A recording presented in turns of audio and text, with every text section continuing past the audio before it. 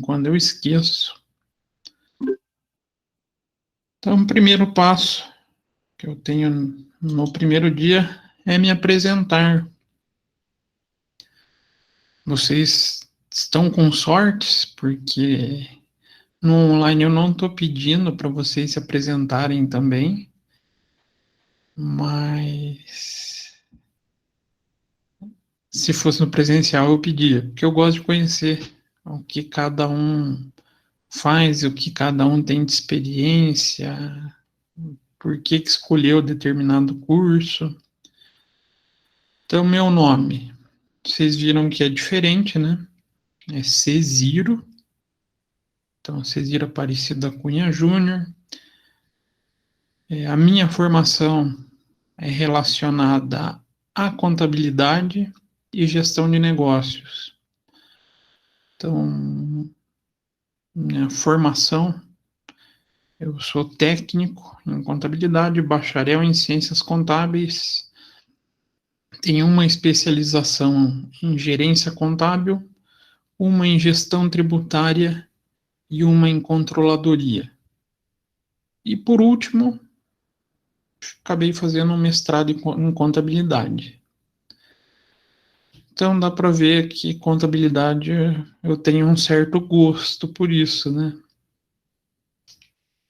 São só 20 anos na área. Comecei lá em 2002. E garanto que eu comecei com como a grande maioria de vocês está começando o curso agora. Na dúvida, sem conhecer o curso. Que é o que a Ellen falou, né? Queria ter feito história. Eu queria ter feito engenharia mecânica, gente. Tudo a ver, né? Uma bela relação, né? O que vocês acham? Combina, Ah, será? combina pela matemática um pouco, talvez. Pior que a gente, na contabilidade, não usa tanta matemática assim a nível complexo. Vai ser a mesma matemática que vocês vão ter no curso de vocês, velho. Que é a financeira. Ah, Fora isso. então. Nada. Então, e por que que eu mudei isso, Ellen? A pergunta é boa. Por que que eu acabei mudando e mudando drasticamente, né? Eu tinha um desejo muito grande de estudar na federal. Sempre foi meu foco. Mas era saindo da escola pública, aquele medo de não passar. Ainda fiz a besteira de escolher inglês na prova da federal na época. E na época, voltando da aula, terminando o ensino médio, eu vi um folder, na época que colava um folder atrás do motorista do ônibus. Acho que a maioria de vocês nem passou por essa fase. Aí eu vi Escola Técnica da UFPR. Eu, caramba, UFPR. Deixa eu ver o que que tem aí. Aí comecei a olhar os cursos, mas não tinha nada relacionado à engenharia mecânica. Nada. Aí eu olhei técnico em contabilidade. Ah, saber, vou fazer isso aí para ver o que que é. Aí dei sorte, acabei fazendo, gostando. Aí já no durante o técnico eu comecei a estagiar na Copel, a ver como funcionava o mundo dos negócios. Aí nunca mais saí. Aí então acabei fazendo daí a graduação na Federal para realizar meu desejo,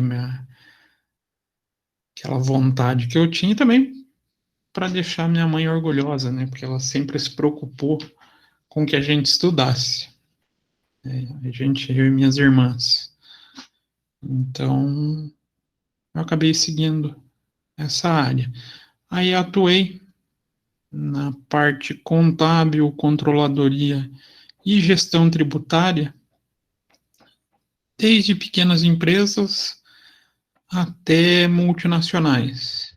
Então, atuei na finada LL, um bom tempo lá. Alguém já lembra o que é essa LL? Sim, o que é, Brenda? Hoje ela mudou de nome só, né? E mudou a corzinha dos trens. Mas é a empresa de transporte ferroviário. Hoje a gente tem a Rumo Logística. Eu só saí porque a minha área, quando mudou para Rumo, foi para Campinas. Campinas não, desculpa, Piracicaba. Aí eu acabei desistindo, já tinha me mudado anos anteriores e não me adaptado, mas trabalhei na Robert Bosch, trabalhei em uma indústria que fabrica equipamento de controle de velocidade. Hoje eu tenho meu escritório e uma certificadora digital. Então continuo atuando nesse meio empresarial. Não não fugi desse desse meio, não consigo. É um gosto que eu tenho. Então esse é o Cesiro. Espero poder contribuir um pouco com o conhecimento de vocês.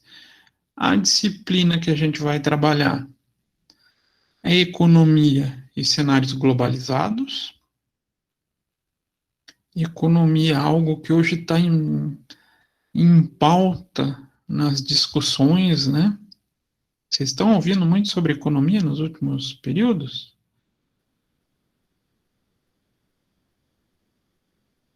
Tem escutado no noticiário? Na verdade, eu trabalho com a Bradesco, né? Com previdência privada. Então, a gente escuta bastante. Nossa, então vocês dependem muito da economia. Inclusive vocês, no banco, têm uma área para fazer projeção de cenários econômicos, né? E, infelizmente, o cenário que vem sendo projetado, principalmente pelas instituições financeiras, não é o mais agradável possível. E também outros analistas não vêm projetando cenários econômicos muito positivos, tá? Um bom exemplo disso é o Warren Buffett. Alguém já ouviu falar desse senhor? Warren Buffett.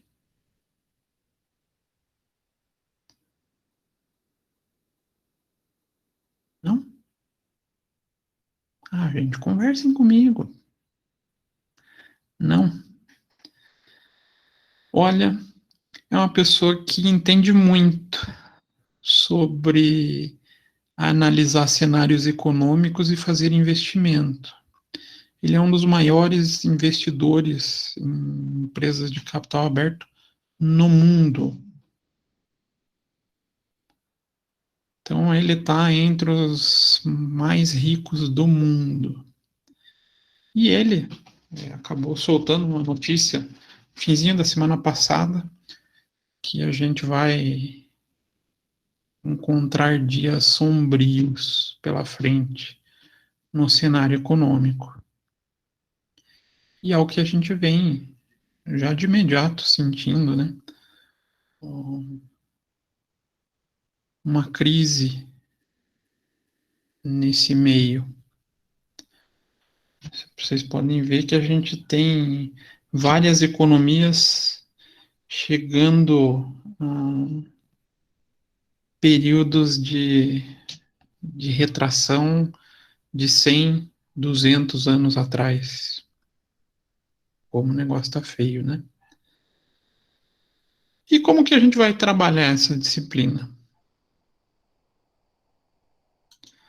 Vou compartilhar com vocês minha telinha e passar para vocês o nosso plano de ensino. Então, está aparecendo para vocês?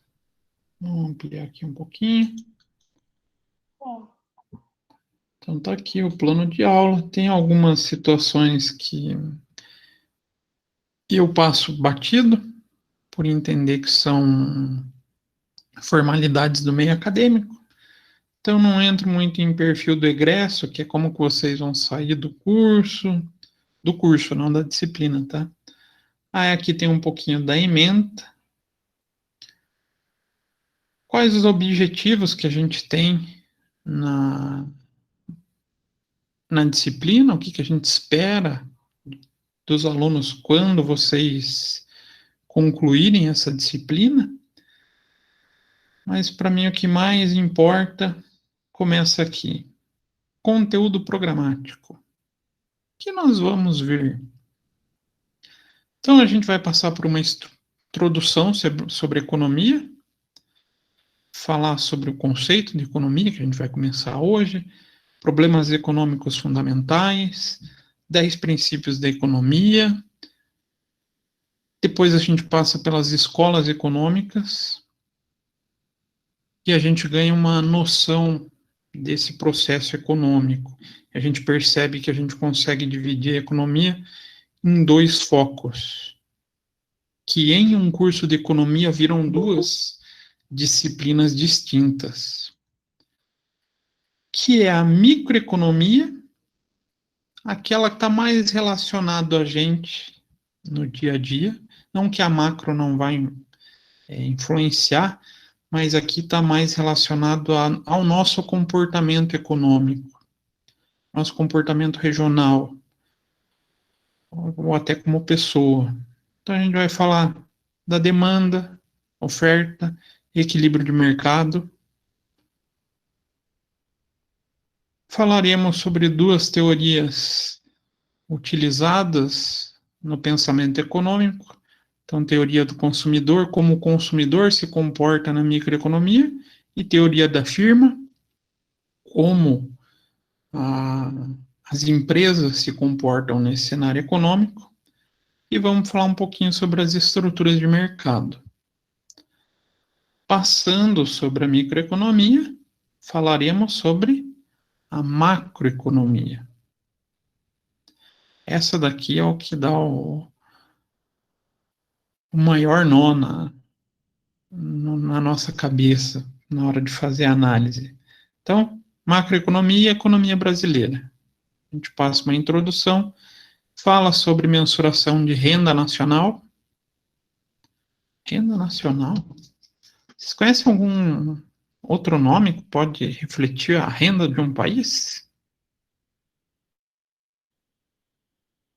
Inclusive, foi divulgado essa semana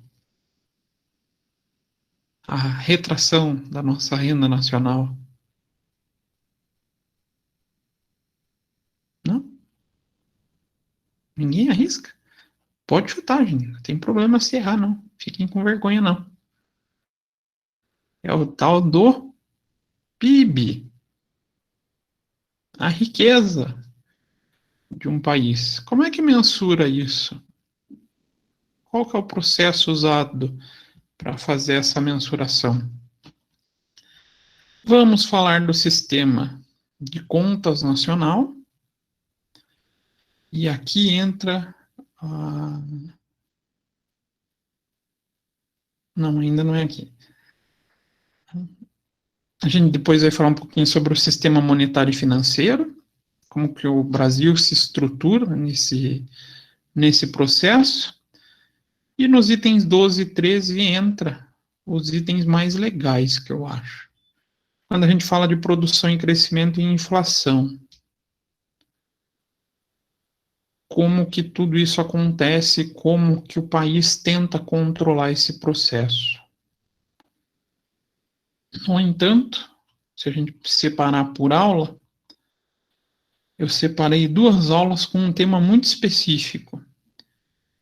Canais de transmissão da política monetária nacional.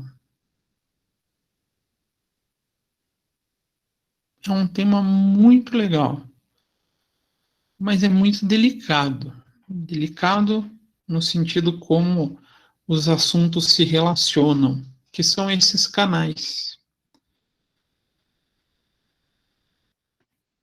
Então a gente vai verificar como que a inflação se relaciona com o câmbio, que se relaciona com o investimento,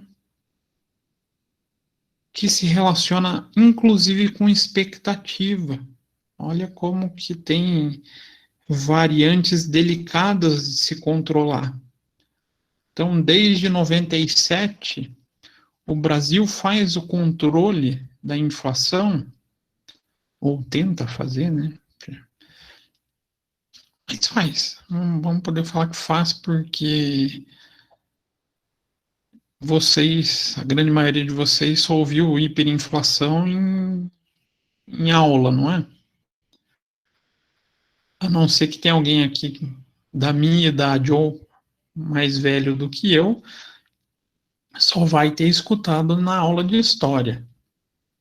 Períodos onde a gente tinha 2.000, 3.000% de inflação ao ano. Já pensaram o que é isso, gente? Não? Sim? Talvez? Eu só vi essa superinflação na aula de história mesmo, da época do Collor e tal. Isso. Onde provavelmente, se vocês perguntarem para o pai de vocês, ele vai contar como que era receber o salário. O pessoal já recebia e ó para o mercado. Por quê? O poder que você tinha de compra já no começo do dia já não era mais o mesmo no final do dia. Então, o que a gente vê de preço subindo hoje, acontece 3, 4, 5 meses, naquele período era de um dia para o outro. E desde 94, quando teve a mudança na moeda, e em 97, quando teve a implantação da mudança de controle da inflação, a gente não passa mais por esse sistema desesperador, né? Porque realmente é terrível você depender de corridas ao mercado para poder sustentar sua família. Então a gente vai dedicar 2 aulas para esse tema porque ele é bem complexo, mas bem interessante.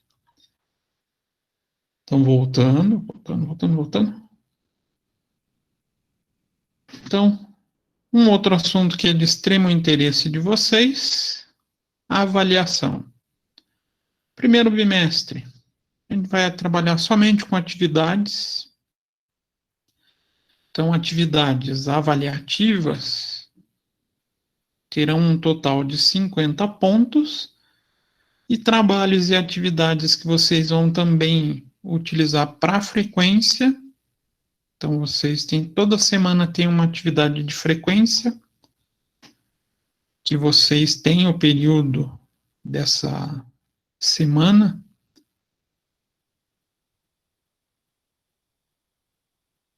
Pessoal, meu áudio está muito baixo mesmo?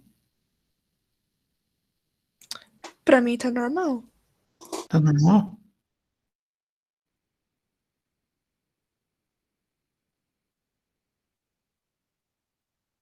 Ó, Pra mim Dami, tá ok também. tenta aumentar um pouquinho o volume.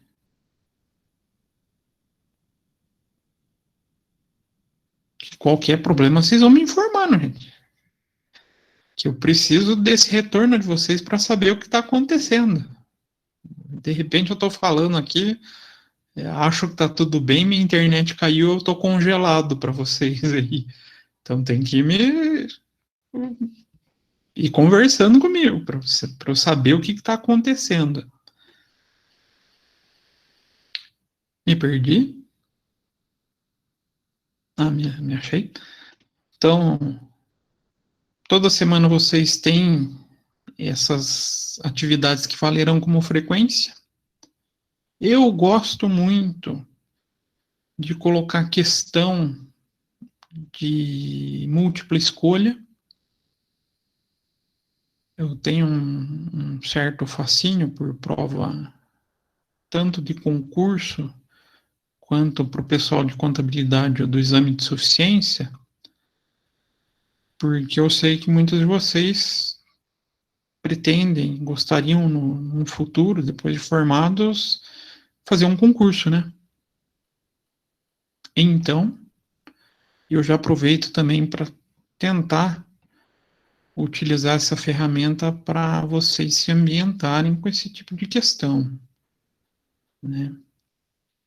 A Suelen já falou, sim, eu quero fazer. Suelen, você é de contábeis ou ADM? Contábeis. Ó, a Bruna também já falou. Também quero fazer. Concurso, gente, na área da ADM contábeis tem muitos, muitos. Só estou na dúvida. Ah, qual seria o melhor? Aí a dúvida é fácil de sanar, mas difícil de resolver. Sim, a gente tem concursos muito bons, que têm cargos com ótimos salários, mas que são muito concorridos. Mas tem alguns concursos que também, qualquer concurso é bom, né? O sentimento de estabilidade, mas que tem um valor um pouco menor. E também varia muito de que área vocês gostariam de atuar, né? Até na aula da minha turma de ontem, eu estava comentando de um concurso que pouquíssima gente conhece, mas que vale para quem gostaria de ser militar. Vocês já pensaram em virar militar? Eu pensei em entrar nas Forças Armadas no ano passado. Opa, já tem uma que vai virar PM aqui. Olha, conselho então para quem gosta dessa área. Eu sou suspeito que eu gosto. Eu não entrei na PM por causa do meu óculos, acreditem. Senão tinha virado PM em vez de contador. Mas uma boa oportunidade depois de formado que vocês têm é a tal da ESAEX. O que é isso, professor? Nada Forças Armadas? Isso. Eu tava querendo entrar no passado, que eu ia fazer um concurso. Ah, não lembro qual que é o curso. Mas ESAEX é só para gente formada. Então, mas não era da ESA, eu sei que eu pesquisei, mas é que eu tenho técnico, aí não tinha o meu curso, entendeu? Mas eu ia Uhum. fazer. Não, é que tem várias. Quando a gente fala ESA, geralmente é escola superior. Então a gente tem várias ESAs. Só que essa ESA-X, ela é específica para Escola de Administração do Exército. Então entra o pessoal de administração, entra o pessoal de contabilidade, tem para advogado também, onde vocês já conseguem entrar no curso como primeiro tenente. É um curso que vocês passam, se não me falha a memória, são 90 dias na, nessa escola de administração que fica em Salvador, e depois vocês são realocados saindo como primeiro tenente. Professor, mas por que está indicando esse concurso em específico? Concorrência é baixa. Pouca gente toma conhecimento desse concurso. Então, é um curso aí que vai sair depois de formado, ganhando R$ 9.000 aproximadamente. Tá bom, né? Dá pro gasto. 9.000 para início de carreira é um valorzinho legal. Nossa, só porque eu falei do salário já perguntou, né? Deixa eu escrever aqui. ESA X. É a Escola Superior de Administração do Exército. Ah, mas tem aqueles treinamentos maluco, né? Ficar sem comer. Não, é só tem um treinamento muito básico da área militar e a preparação é para vocês administrarem a parte do Exército. Então, é uma formação para vocês entenderem o funcionamento da área de finanças e para administração também pode escolher logística no curso. Então, não tem um militarismo bruto. Não sei que desvio de conversa, né? Eu estava falando da avaliação, já foi lá para o concurso. Então, vocês já tiveram explicação como funciona lá no AVA, essa atividade de frequência? Já passearam no AVA com vocês? Então, lá vocês vão ter uma questãozinha, ou às vezes um trabalhinho um pouquinho maior, para avaliar a frequência. Vocês têm 7 dias para fazer a resposta. E no segundo semestre não, bimestre, já estou querendo terminar o ano, olha que pressa. A avaliação bimestral é uma provinha mesmo, valendo 40 pontos. Trabalhos e atividades que eu sempre vou colocando para vocês, 30 pontos. Aí vocês têm 2 avaliações que é coletiva das disciplinas, que é a prova integradora e projeto integrador. Aí a prova integradora valendo 10 e o projeto valendo 20 pontos. Como a gente está nessa sistemática do ensino remoto, apesar de estar no plano de aula 40 pontos de avaliação bimestral, eu para todas as turmas eu estou tirando 10 pontinhos aqui e deixando para as questões de frequência. Então, daí a prova vai valer só 30, em vez de 40. Ah, professor, mas isso é ruim, eu queria a prova valendo mais. Alguém teria essa opinião? Querem a prova valendo mais ou querem mais trabalho? O que será que é melhor?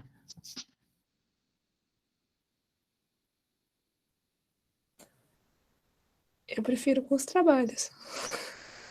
Mais trabalhos? Quem tem o problema de dar branco na prova? Deve ter alguém.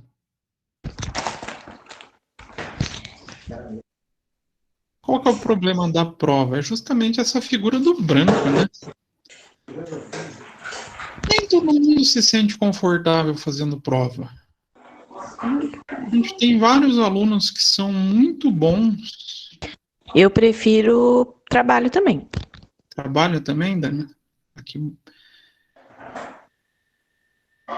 Eu também prefiro o trabalho por isso. Porque eu tenho alunos que são excelentes durante o semestre. E chega na hora da prova, o que acontece? Dá branco na cabeça do pessoal. Aí você vê aquela pessoa que não foi tão bem no semestre tirando uma nota maior daquela pessoa que caprichou, dedicou um monte no semestre, desenvolveu super bem, mas deu branco. Então eu prefiro já fazer essa distribuição com mais pontos para trabalho.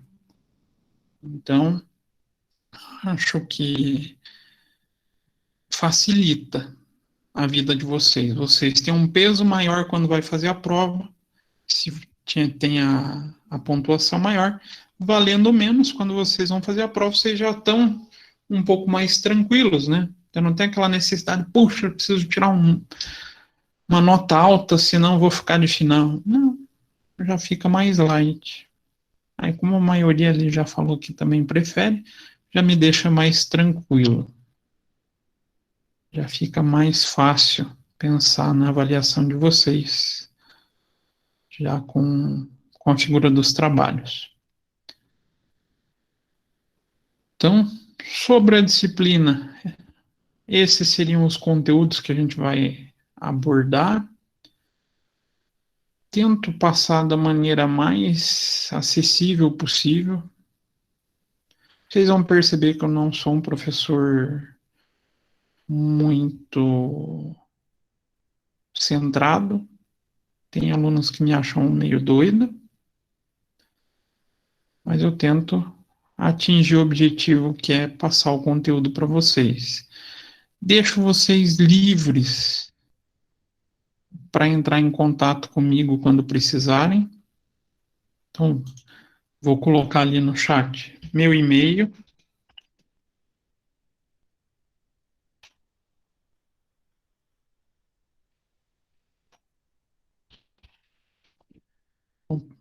Querem me mandar e-mail, vocês têm total liberdade, tá, gente? E eu deixo também meu WhatsApp, eu não tenho problema com isso.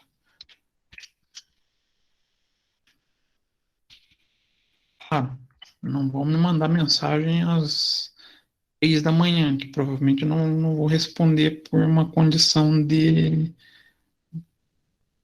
sono, né? Provavelmente eu vou estar dormindo. Mas vocês têm total liberdade para entrar em contato, tirar dúvida, pedir opinião, ver a melhor forma que vocês querem fazer um trabalho. É acesso bem, vamos falar assim, bem liberado mesmo. Vocês podem se sentir bem à vontade para fazer contato, tá bom? Tá bom? Não? Beleza. Ainda bem que a Wellen está falando comigo. Beleza, professor. Obrigado, Daniela. Eu adoro quando o povo fala comigo, gente. Vocês têm que. Eu me sinto tão sozinho dando aula quando vocês não falam. É... Vou desabafar. É muito ruim ser professor nesse método online quando vocês não falam com a gente. Por quê? Eu não faço ideia. Ah, tô me adaptando. É realmente a. Pense pra gente, professor, que foi do dia para a noite fazer essa adaptação. A gente estava em sala de aula, de repente, tô, vai para frente do computador. Meu Deus do céu. Mas por que que eu falo isso? Por que que eu sinto muita falta? Na sala de aula, se vocês estão quietos, pelo menos eu identifico o rosto de vocês, né? Tem medo de ficar rindo? Pode rir. Gente, a minha aula, a minha intenção é que a gente crie um clima bem tranquilo para a gente estudar, tá? Eu não. Às vezes eu sou mais bobo que os alunos. Então, não precisam ficar preocupados de falar comigo. Então, eu falo errado, falo meio chucro, não sou aquele professor super polido. Tento ser o Cesiro, que é a pessoa normal do dia a dia. Não tento passar uma figura que eu não sou para vocês. Mas na aula eu consigo ver o rosto de vocês, ver a expressão. Então muitas vezes a gente acaba vendo a cara de dúvida de vocês. Deixa eu ver se eu acho aqui.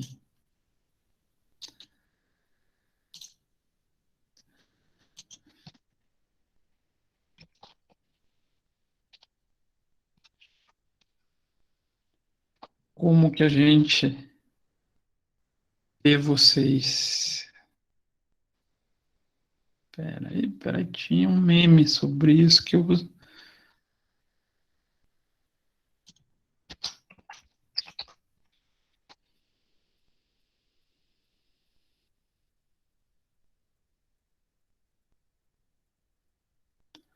Ah, só porque eu precisava, eu não estou achando. No meu computador do trabalho eu tenho. Vocês ficam tudo mais ou menos com essa carinha da corujinha aqui, ó.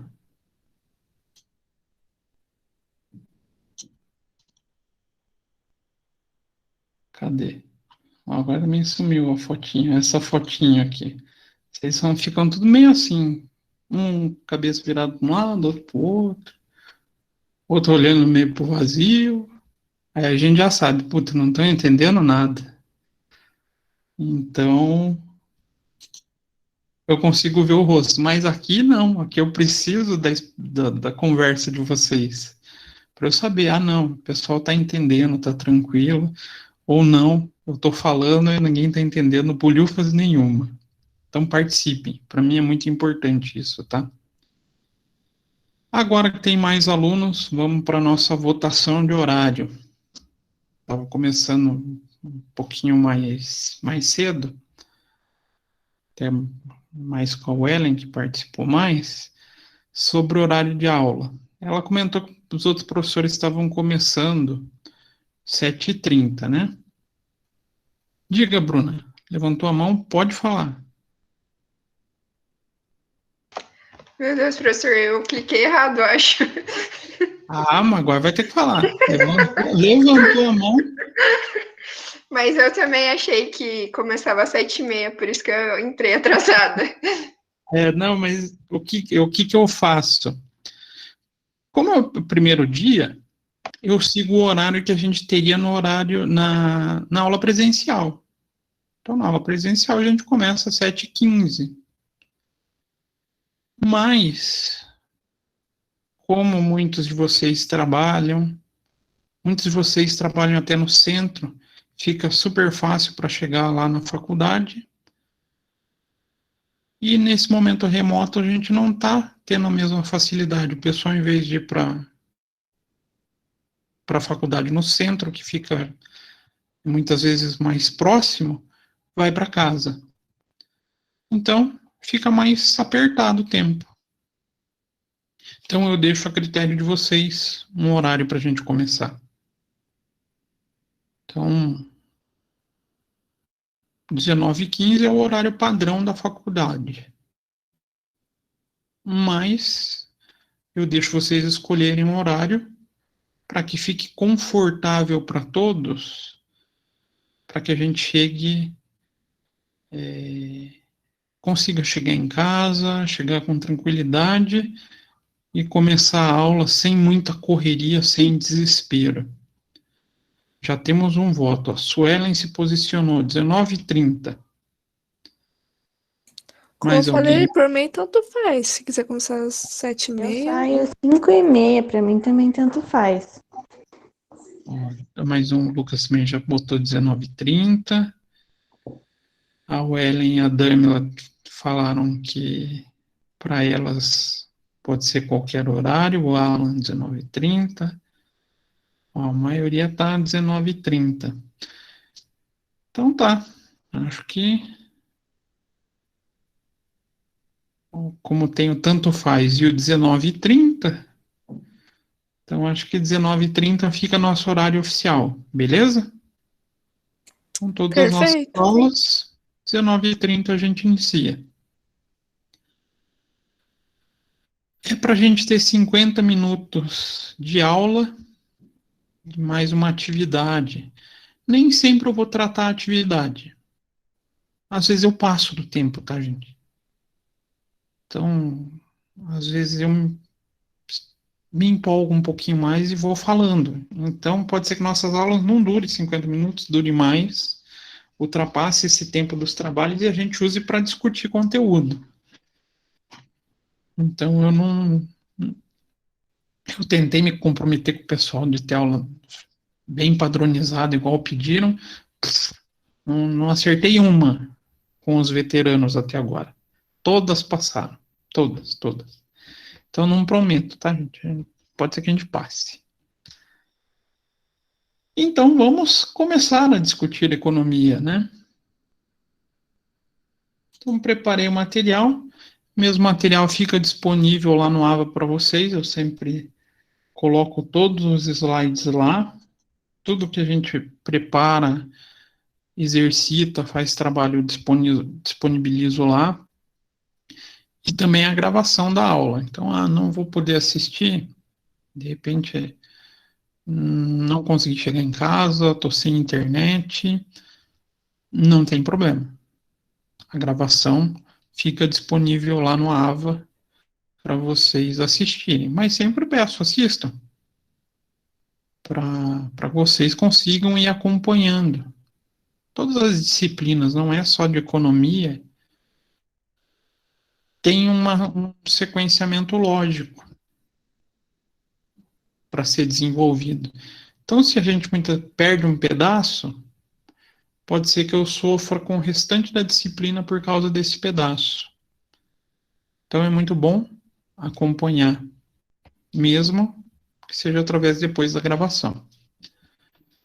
Mas sempre eu coloco na mesma noite, tá? Eu termino a aula, eu já vou lá e tento disponibilizar para deixar o mais fácil para vocês, mais acessível a todos. Então, hoje a gente vai falar de introdução à economia. O que vem na cabeça de vocês com esse termo economia? Dinheiro. Dinheiro? O que mais?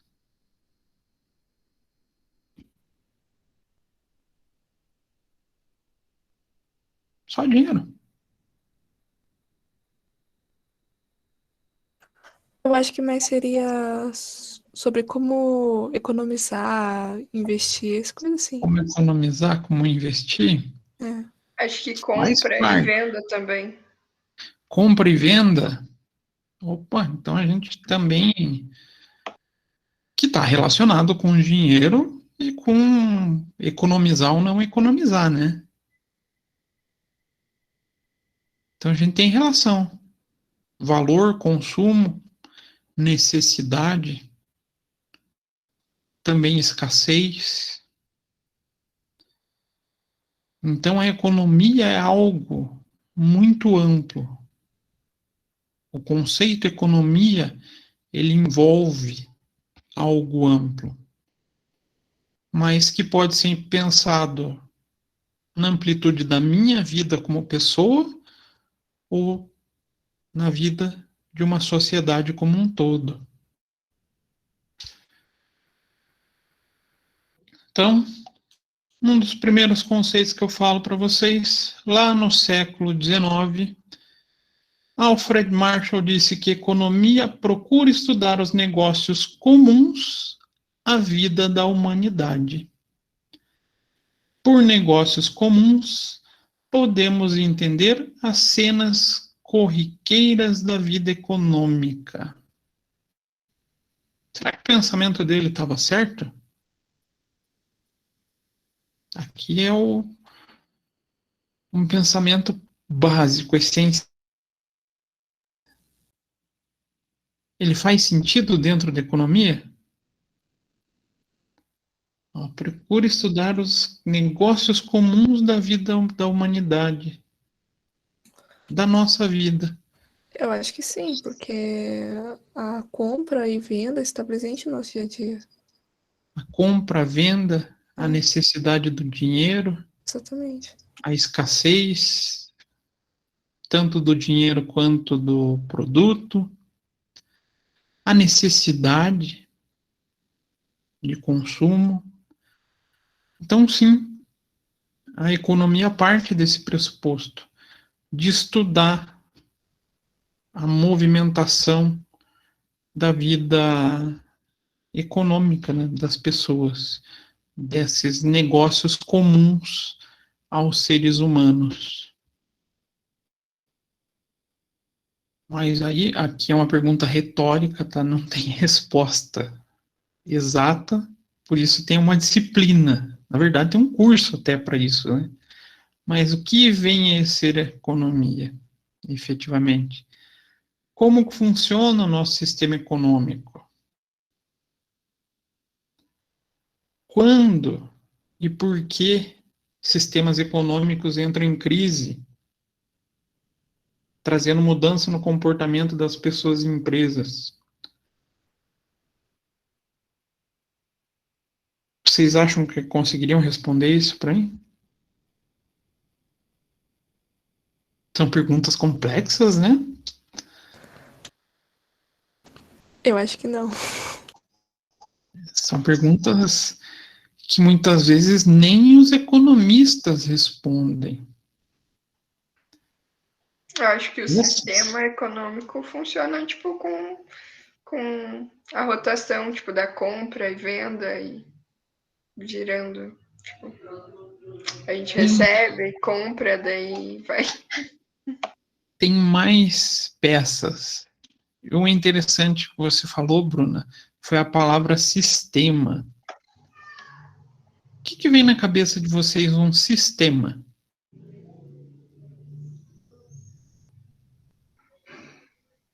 Eu acho que é um padrão, sei lá. Um padrão? Representa um padrão. Eu, Mas a, diga, Daniel. eu acho que sistema é o funcional, né? Por trás do quem faz ali, que é o sistema. Como funciona. Isso. A definição de sistema não precisa, né? Mas é um conjunto de partes ou peças que unificadas atingem um propósito.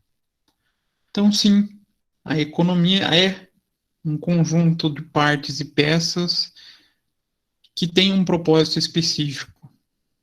Então, estudar como funciona um sistema econômico é entender justamente esse conjunto de peças, como elas interagem entre si.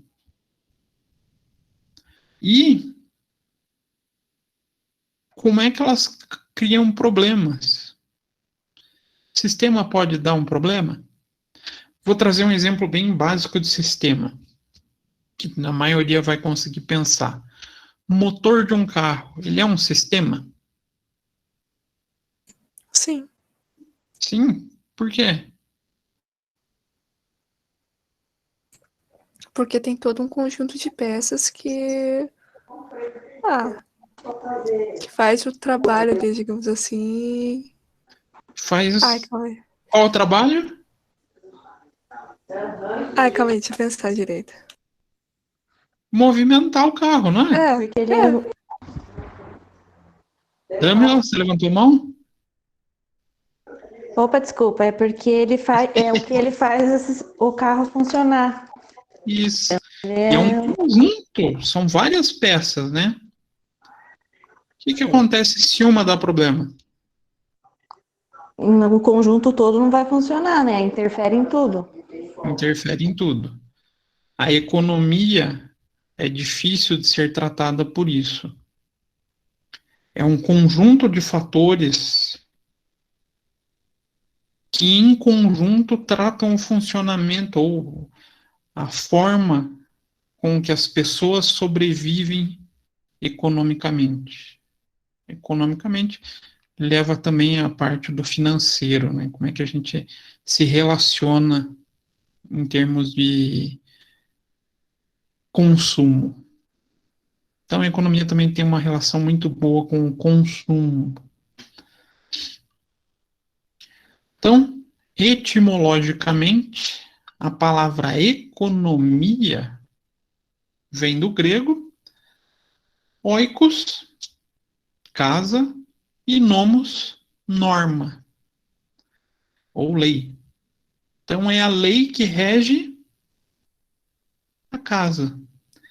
Então, etimologicamente, a gente pode compreender a economia como a administração da casa, sendo casa podendo ser interpretada de várias maneiras, desde a parte pensada na microeconomia, a minha vida pessoal, a vida da minha família, como que eu vou organizar isso, como que a gente vai tratar o funcionamento da família, ou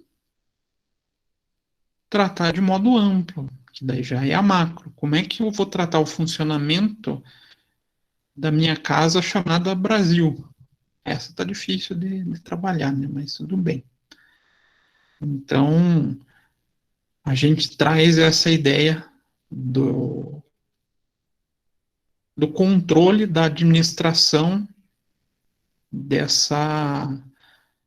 desse conjunto de pessoas. Então é interessante a aproximação do mundo da casa com o mundo da economia. A nossa casa pode ser vista como um pequeno sistema econômico, onde terão agentes que geram renda, agentes que geram consumo e que movimentam as necessidades e a economia da casa. Espero que vocês não sejam os que geram o consumo da casa, né? Ou são? Eu acho que eu sou, hein? Eu também acho que sim. Então a gente tem que ver a necessidade aí, ver o conceito de necessidade. Para ver se tudo que vocês precisam consumir está dentro desse conceito, se realmente é necessário ou não.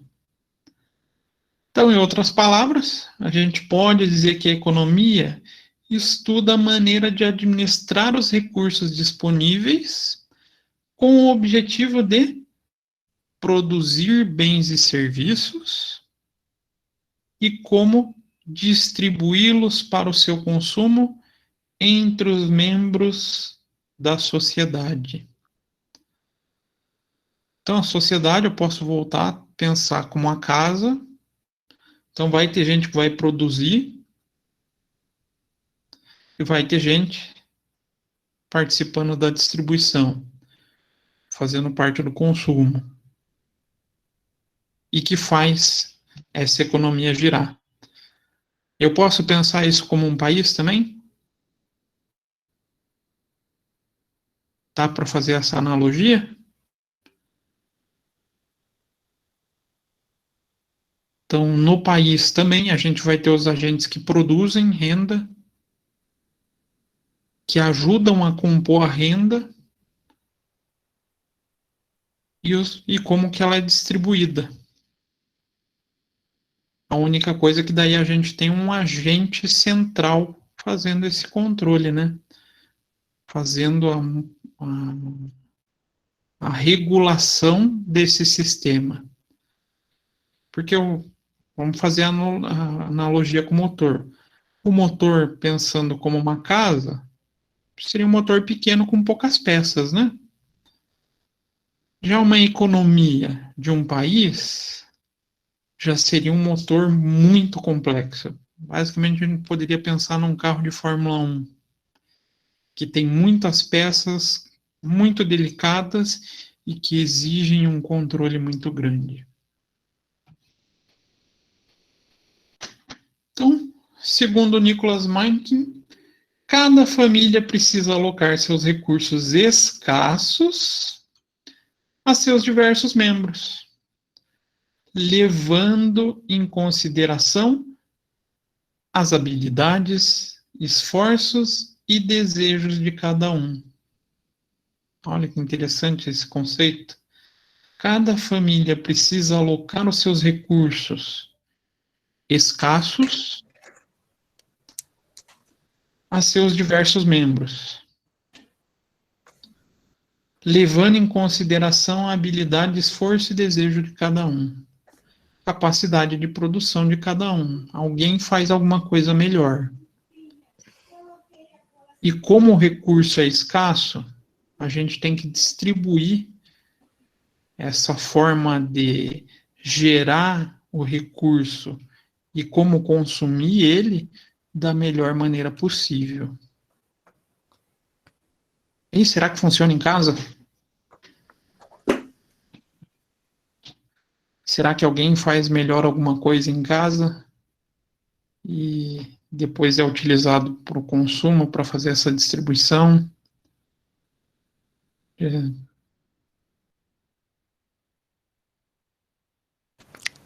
Eu acho que sim, dependendo. Vocês pensando, puxa, minha mãe me manda lavar a louça. Opa, pode ser uma habilidade. Que eu acho que a pessoa não gostaria de ter, né? Ou uma distribuição do esforço de trabalho. Então, como a gente organiza a família, também serve como exemplo de economia. E no país, tem isso?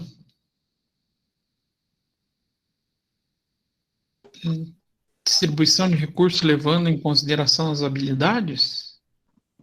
O desejo de cada um?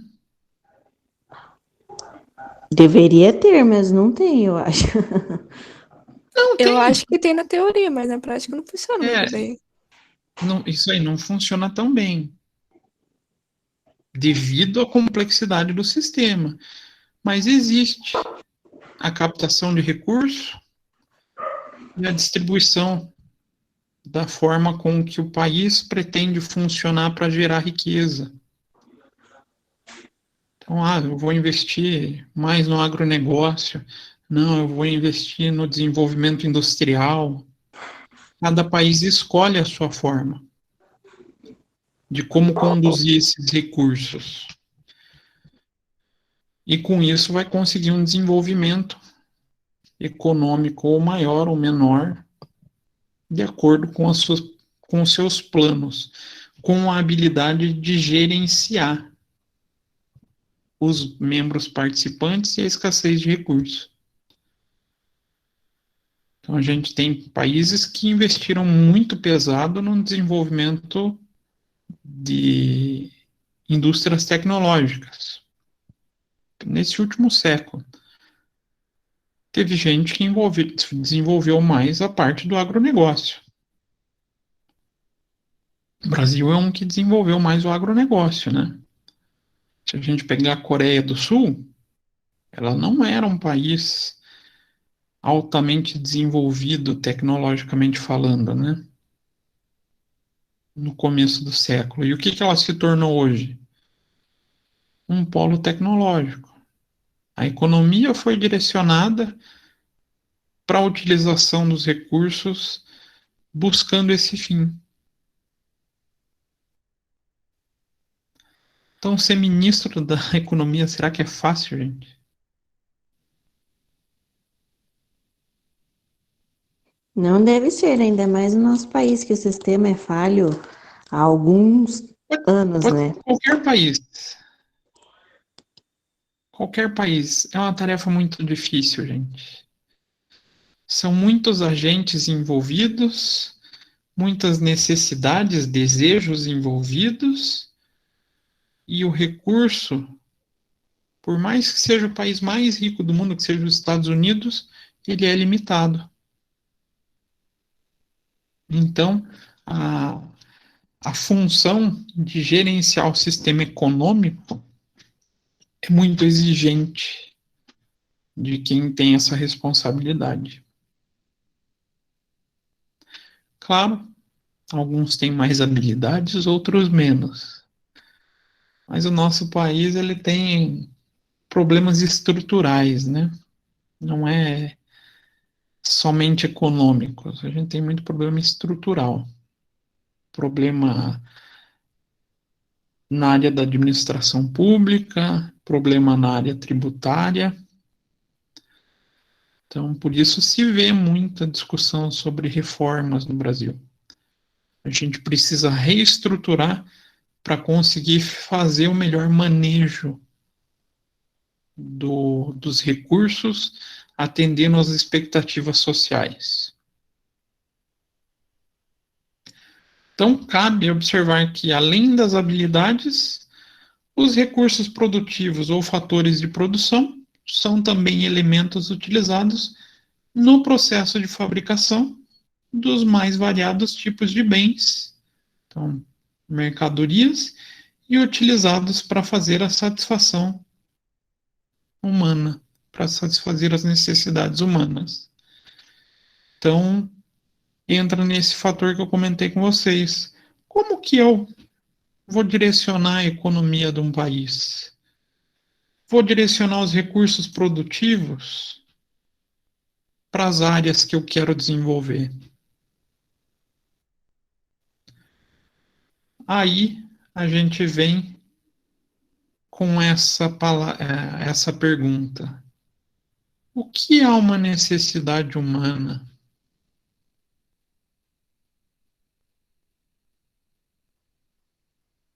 Essa é tensa a pergunta, né? Eu acho que é tudo aquilo que a gente depende para sobreviver, desde questão de alimento, não sei. Será que é só isso? Será que é só a dependência para a sobrevivência?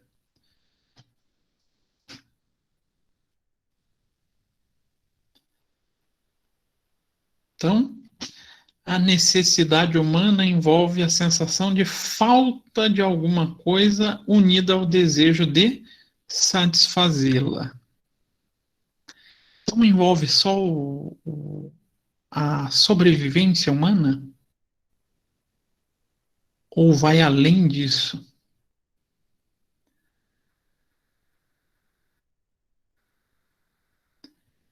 Sensação de falta de alguma coisa unida ao desejo de satisfazê-la. Será que Ah, vai vocês além, sentem? né? Hã? Vai além, né? Vai além. Muitas vezes as empresas tratam da criação da necessidade.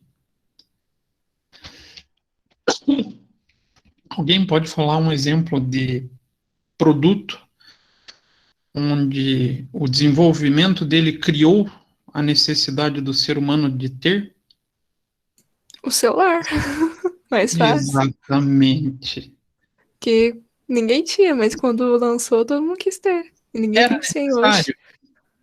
Não, não teoricamente Não. na época. Mas colocou tanta coisinha nesse negócio, tanta função que a gente pode usar, que fez a população sentir a necessidade de ter aquilo, né? Então, isso vem da criação. Tem empresa que se especializa nesse desenvolvimento de necessidade humana. Um bom desenvolvimento, uma boa empresa para isso é a Apple.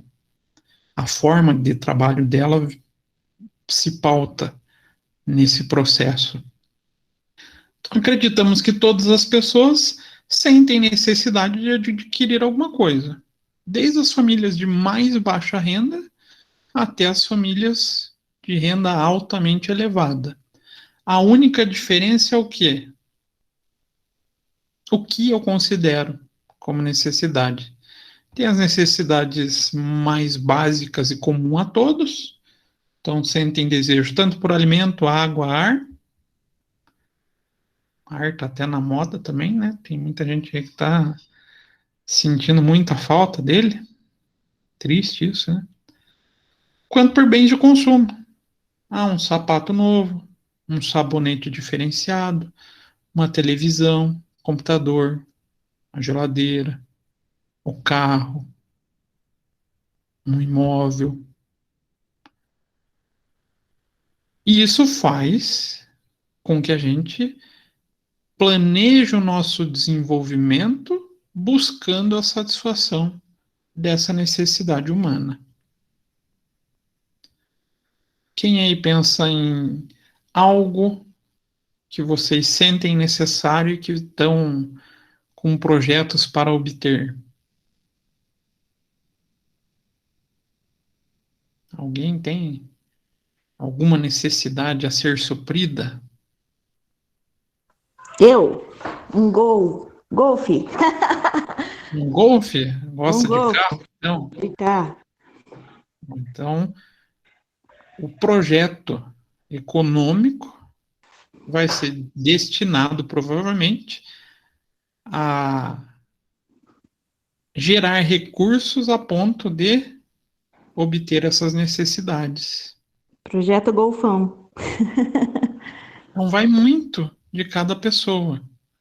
Então, tem gente que vai trabalhar para comprar uma casa, tem gente que vai trabalhar para comprar o carro, tudo vai dessa necessidade. E assim vale para um país. Então, assim vale para uma região. Quais são as necessidades? E como eu vou direcionar o meu esforço para conseguir atingir essas necessidades?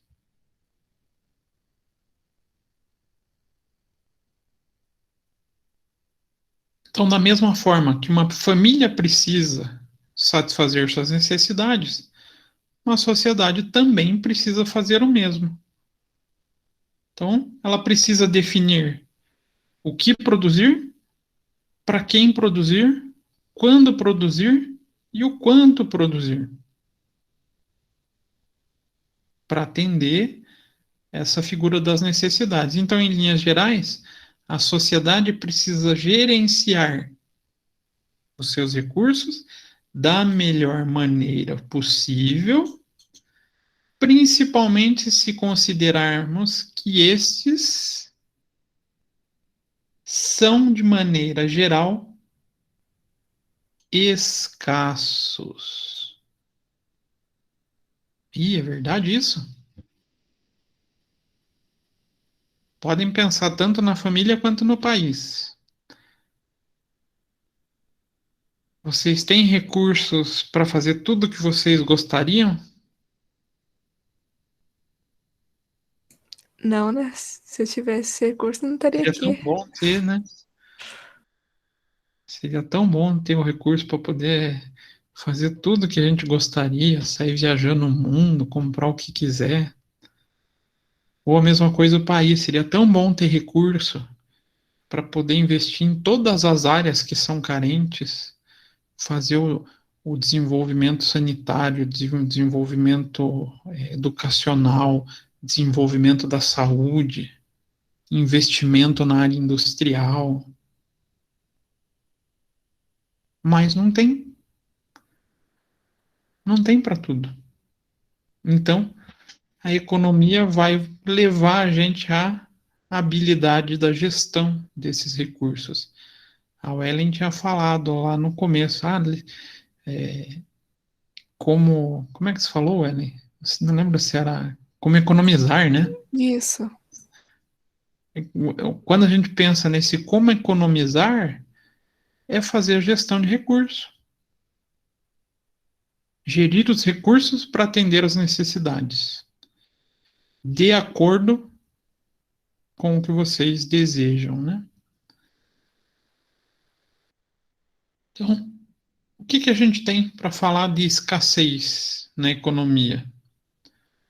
Então, assim como uma família pode ter todos os bens que desejam, ou seja, dar aos seus membros todos os produtos e serviços que eles necessitam, uma sociedade também não pode fazer isso. Então, como a gente na família não consegue suprir a necessidade de todo mundo, sempre alguém vai estar querendo alguma coisa, na sociedade também. Então, a razão para que isso aconteça é justamente a figura da escassez. Pode ser que a gente more em uma família muito rica. Sempre a gente vai ter alguém querendo alguma coisa diferente. Alguém querendo algo que não tem. E o que leva à dificuldade nesse gerenciamento é a escassez. Então, quando os recursos são limitados em termos de quantidade disponível para uso imediato. Então, por que a gente não consegue atender todas as necessidades da população? Pensando no país. Tem dinheiro para atender tudo que precisa?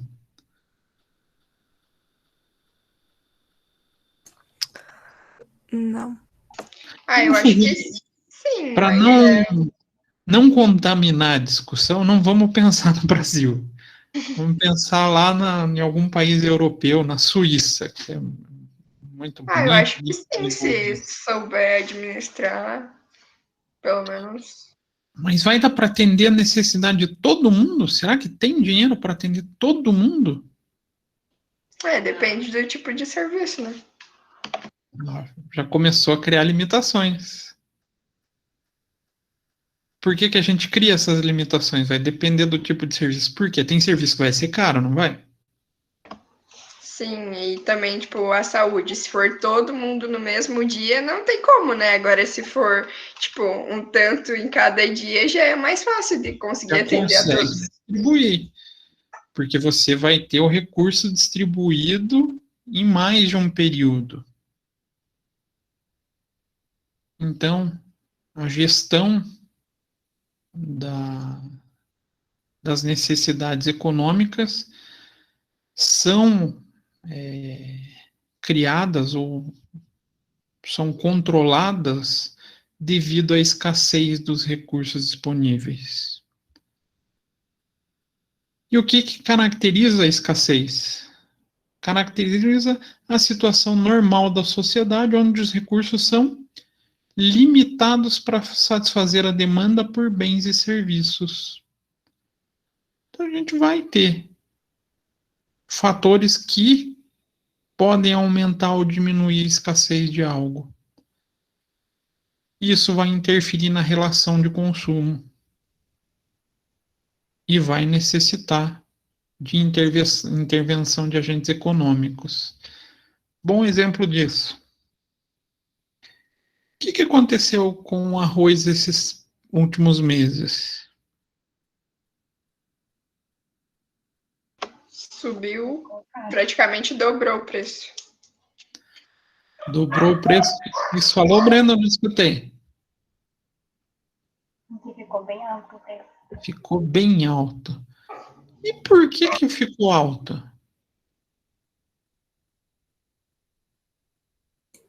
Porque eles começaram a exportar mais e ficou pouco pra gente? Opa, ficou pouco, então tá falando em Escassez. escassez.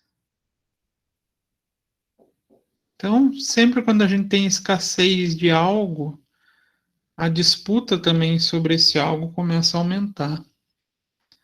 Aí a gente começa a ver uma relação econômica importante.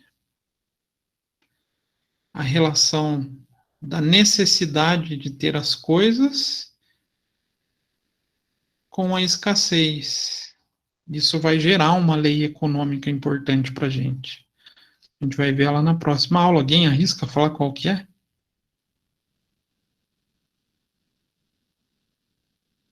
Alguém já ouviu falar na tal oferta e demanda?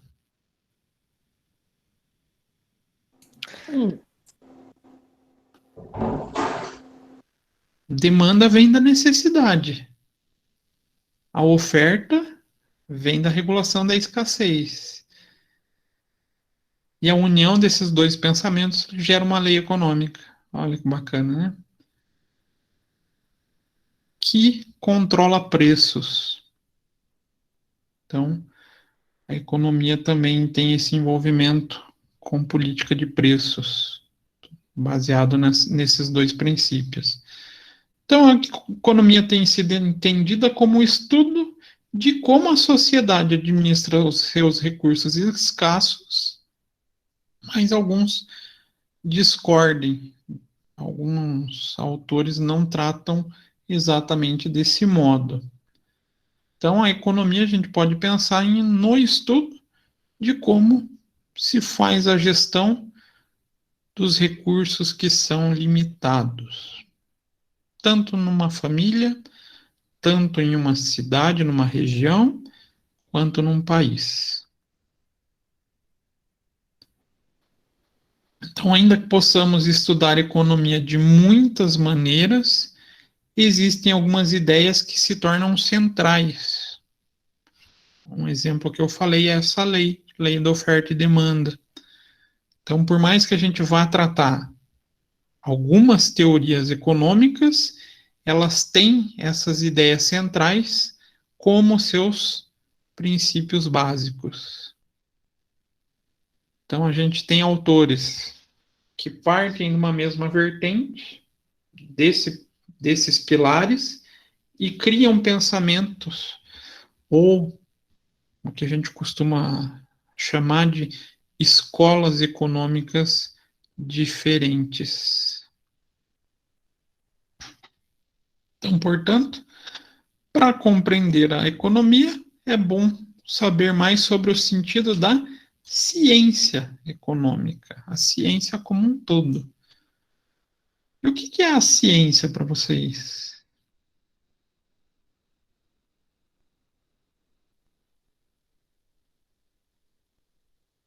O que é a ciência? A ciência é o estudo sobre tal assunto, eu acho, né? É um estudo ordenado sobre um assunto. Então, existe método nesse estudo, em como você desenvolve os pensamentos. Então, a economia também, ela é considerada uma ciência. Existem os pensamentos ordenados, onde se desenvolveram essas teorias de como as economias podem se comportar. Então, a gente vai ver durante o semestre essas teorias. E essa relação acaba envolvendo na nossa vida a tomada de decisão. Então, um processo de decisão, levando já com base esses dois elementos econômicos, a gente pode falar que ele envolve 4 princípios. Então, em 4 princípios, a gente pode pautar o desenvolvimento econômico.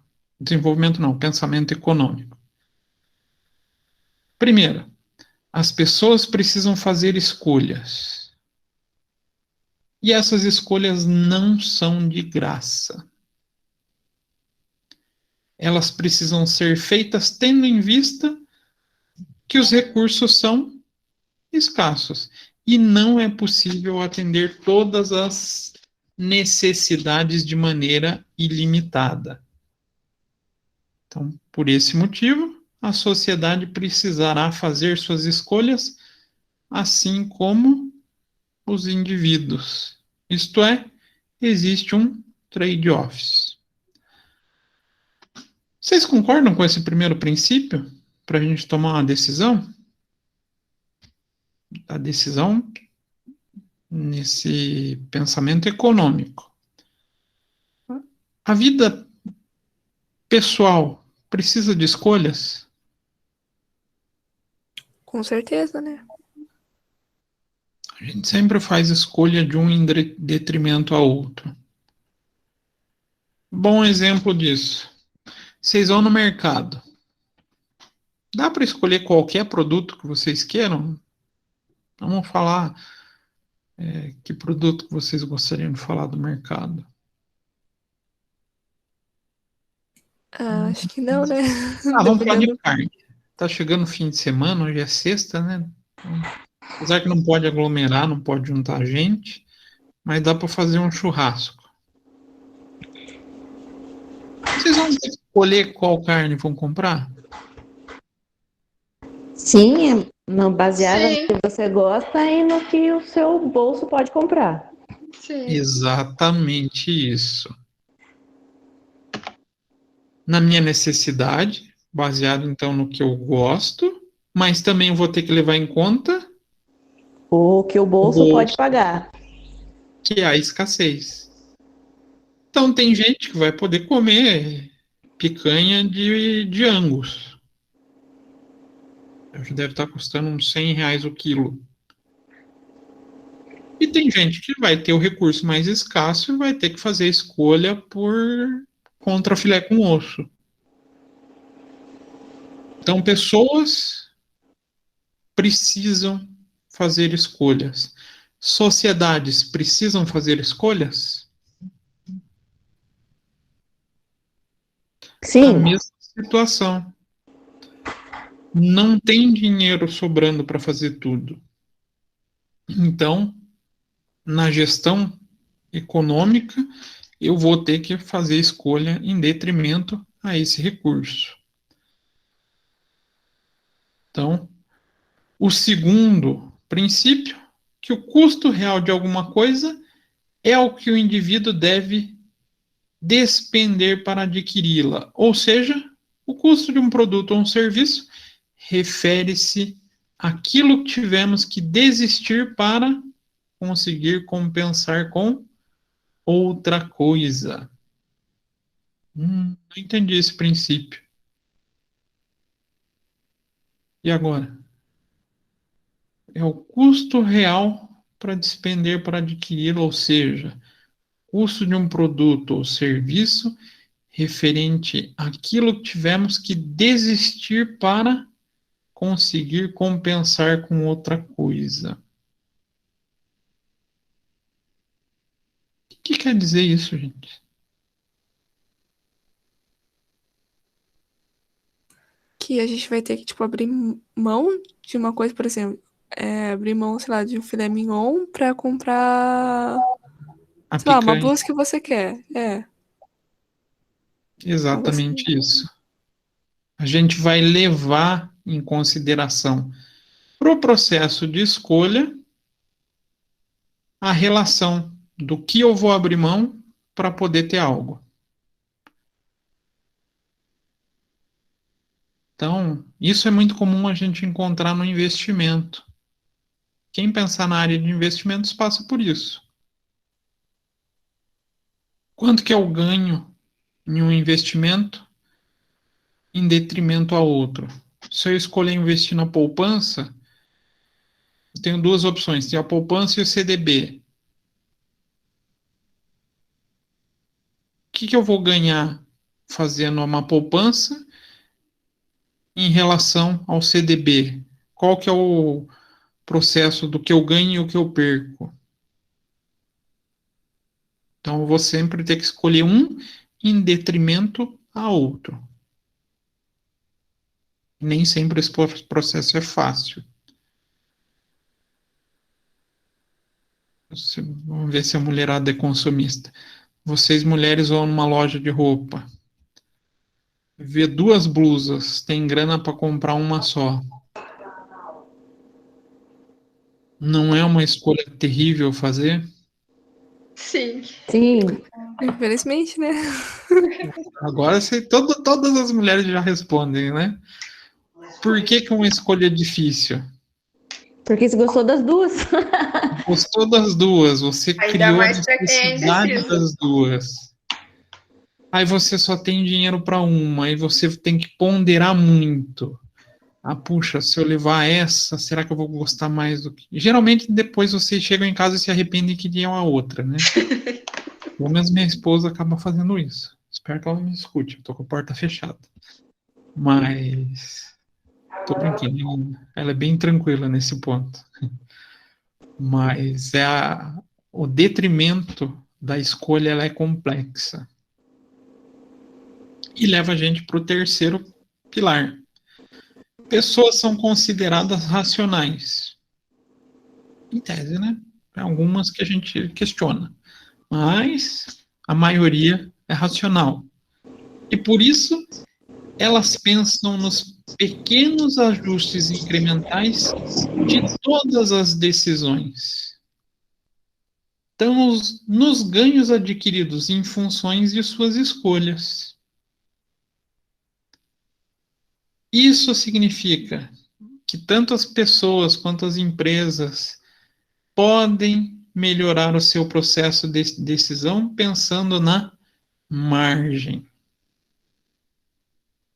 A gente chama de escolha economicamente racional. O ser humano ele age de maneira racional, economicamente falando. O que quer dizer isso, professor? Vocês sempre vão buscar a escolha que mais traga benefícios em relação ao recurso que vocês estão dispondo. Vocês pensam assim?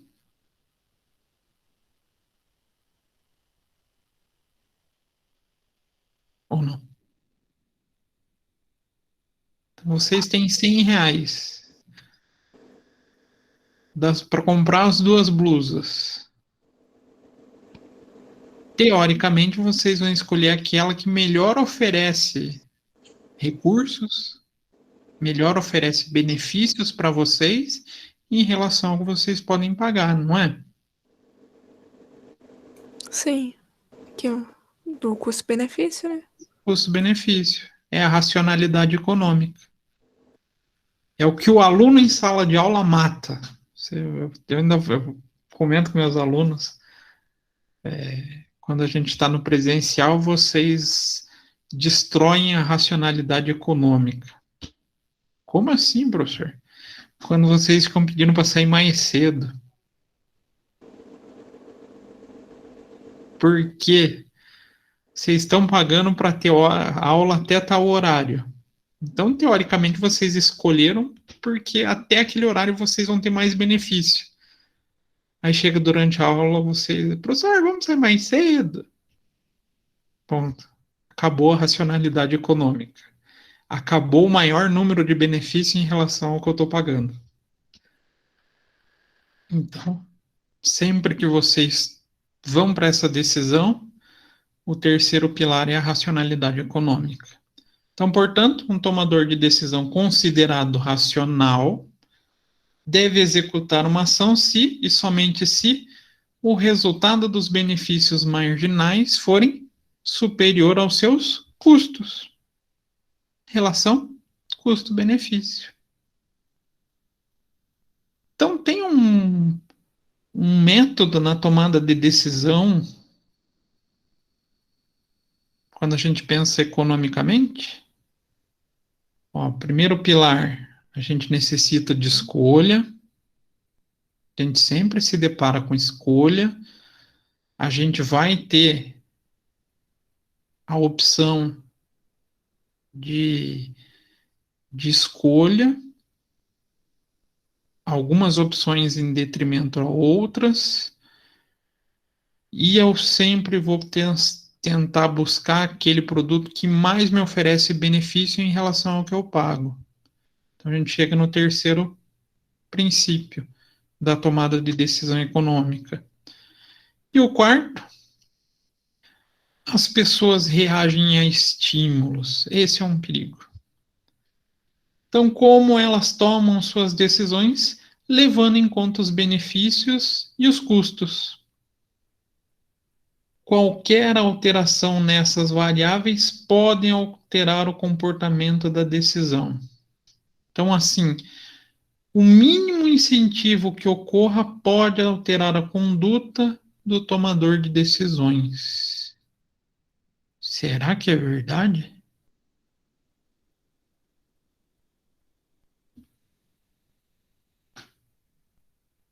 Vamos supor que vocês foram na loja e estão com uma amiga. Vai estragar a compra de vocês. Estão na dúvida nas duas blusas. E a amiga fala, essa daqui vai ficar mais bonita em você. O que ela está fazendo? Influenciando. Influenciando. Está gerando um estímulo na tomada de decisão. Esse estímulo pode ser benéfico, pode indicar o caminho certo, quanto pode tirar vocês da escolha racional. Então, o quarto princípio é o que a gente deve levar em conta como atenção no processo de decisão. Porque vocês vão ter que tomar esse cuidado. A ideia é que vocês usem o terceiro princípio como base. A economia pede isso, a racionalidade econômica pede isso. Mas o quarto está espalhado pelo mundo. Inclusive em quem faz política pública. Então, vai existir estímulos do agente econômico para que vocês aceitem as tomadas de decisão acreditando ou pensando aquela ser melhor em detrimento a outras. Isso é extremamente comum na área pública, né? Alguém falar para vocês que tal projeto é mais vantajoso e outra pessoa vem e tenta fazer o estímulo contrário. Então, na economia, pensando na sociedade, é um vínculo mais delicado no processo decisório. Tem mais agentes estimulantes envolvidos. Na família, o estímulo é um pouco mais econômico, mais comercial, não econômico, mais comercial, né? Muitas vezes a gente se leva por uma propaganda, por uma marca, mas a tendência é que a gente se paute nesse terceiro. Então, hoje o que eu queria trabalhar com vocês era isso. Esse conceito prévio da economia, da organização, dos recursos, pensando como uma casa, né, pautado nesse pensamento, onde a gente vai sempre tratar que a gente tem de recurso disponível, do que a gente precisa ou sente necessidade e a limitação desse recurso disponível. E como eu vou utilizar esses pensamentos para uma tomada de decisão. Esse foi a minha intenção de hoje. Na próxima aula, aí a gente vai começar a entrar na figura do comportamento econômico e nos 10 princípios da economia. Dúvidas, perguntas, questões? Deu para jogar um pouquinho do pensamento da economia na vida de vocês? Deu. Vocês começarem a pensar, puxa, eu sou um agente econômico? Deu bastante. Deu pra pensar que eu sou um agente consumidor, isso sim. Então tem que tomar cuidado com as necessidades. Ou pensar na disponibilização do recurso, ou pensar em como criar mais recurso. Vocês, claro, buscando a formação de vocês, é uma maneira de criar essa oferta de recurso, né? Muitos vão estar aqui estudando para conseguir um emprego melhor, para conseguir ganhar mais, desenvolver mais na carreira, e assim vai desenvolvendo mais recursos, podendo atender mais as necessidades. Então, a gente é um agente econômico. E a sociedade como um todo funciona da mesma maneira. E a nossa tomada de decisão tende a ser pautada pela racionalidade econômica. Então, um princípio fundamental na tomada de decisão. Isso me ajuda no dia a dia na empresa? O que vocês acham? Esses 4 princípios.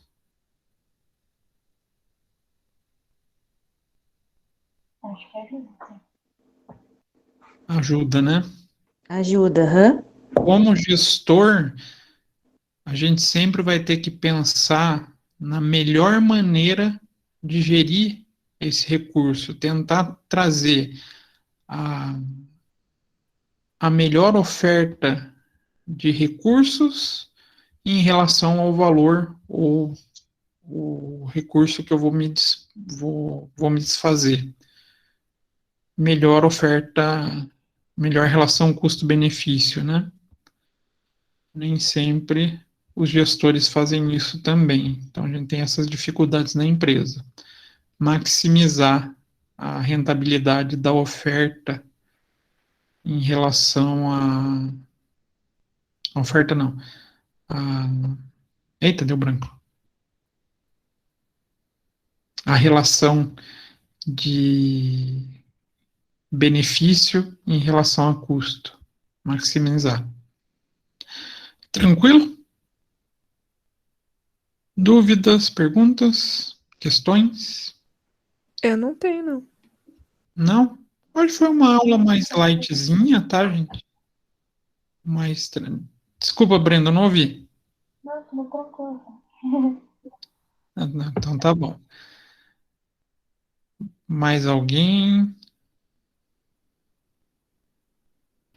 Não, professor, sem dúvidas. Não, sem dúvidas. Não hesitem, tá, gente?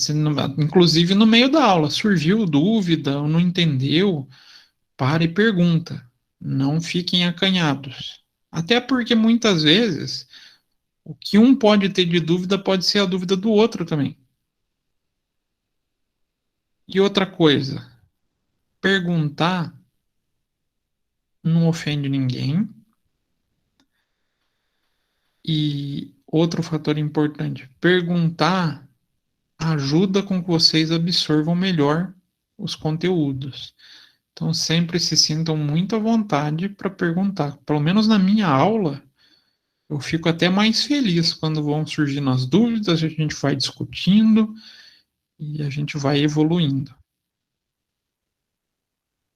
Agora, para encerrar, eu deixei uma atividade bem simples para vocês, onde vocês vão usar esse pensamento econômico para descrever como vocês podem ou como está organizado a família de vocês. É uma atividade de colocar em prática essa análise de recurso e escassez na família de vocês. Tentar colocar em prática esses princípios econômicos dentro do cotidiano. Beleza? Beleza. Então tá, gente. Então, para uma sexta-feira, 9 horas, visto do que era para ser 50 minutos, vocês perceberam que eu não me contenho, eu acabo falando bastante. Então, vou deixar vocês descansar.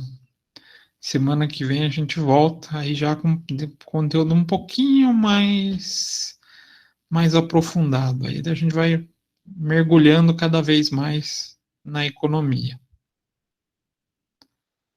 Tranquilo? Pessoal que não está conversando comigo. Beleza, professor, não tenho nenhuma dúvida. Então tá. Viu, professora? Eu me contive e fiquei quietinha aqui, ó. Tá bom, Sabrina. Quando você quiser assistir, pode aparecer aí, tá? Fica à vontade. Pode deixar. Obrigada, professor. De nada, imagina. Tudo certo, Suelen? Então tá bom. Então tá, gente. Aos que não conversaram comigo, espero na próxima aula que vocês se soltem um pouquinho mais, vão aos poucos ganhando liberdade, para que daí a gente consiga ter uma relação mais light das aulas, né?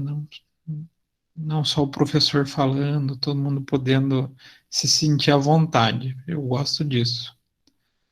Então, nos vemos sexta-feira que vem, né? Se tudo der certo, se Deus permitir, a gente vai estar. Que horas mesmo? Esqueci. 7h30. Isso aí, 7h30. Estamos no mesmo bate-horário no bate-canal. Ah, o link não muda, tá? Esse link que eu disponibilizei lá no Ava, toda a aula vai estar lá no Ava, mas ele fica fixo. Para todas as nossas aulas é o mesmo caminho que a gente vai utilizar, mesmo código, tá bom? Beleza. Então tá. Então, boa noite para vocês, bom descanso e até sexta que vem. Obrigada igualmente. Obrigado, gente. Boa noite, Gabriel. Boa noite, Bruna. Aqui vamos desligar o... Boa noite, Stefânia. Vejam, Luana, vocês conversem mais comigo na próxima aula, hein? Não esqueçam disso.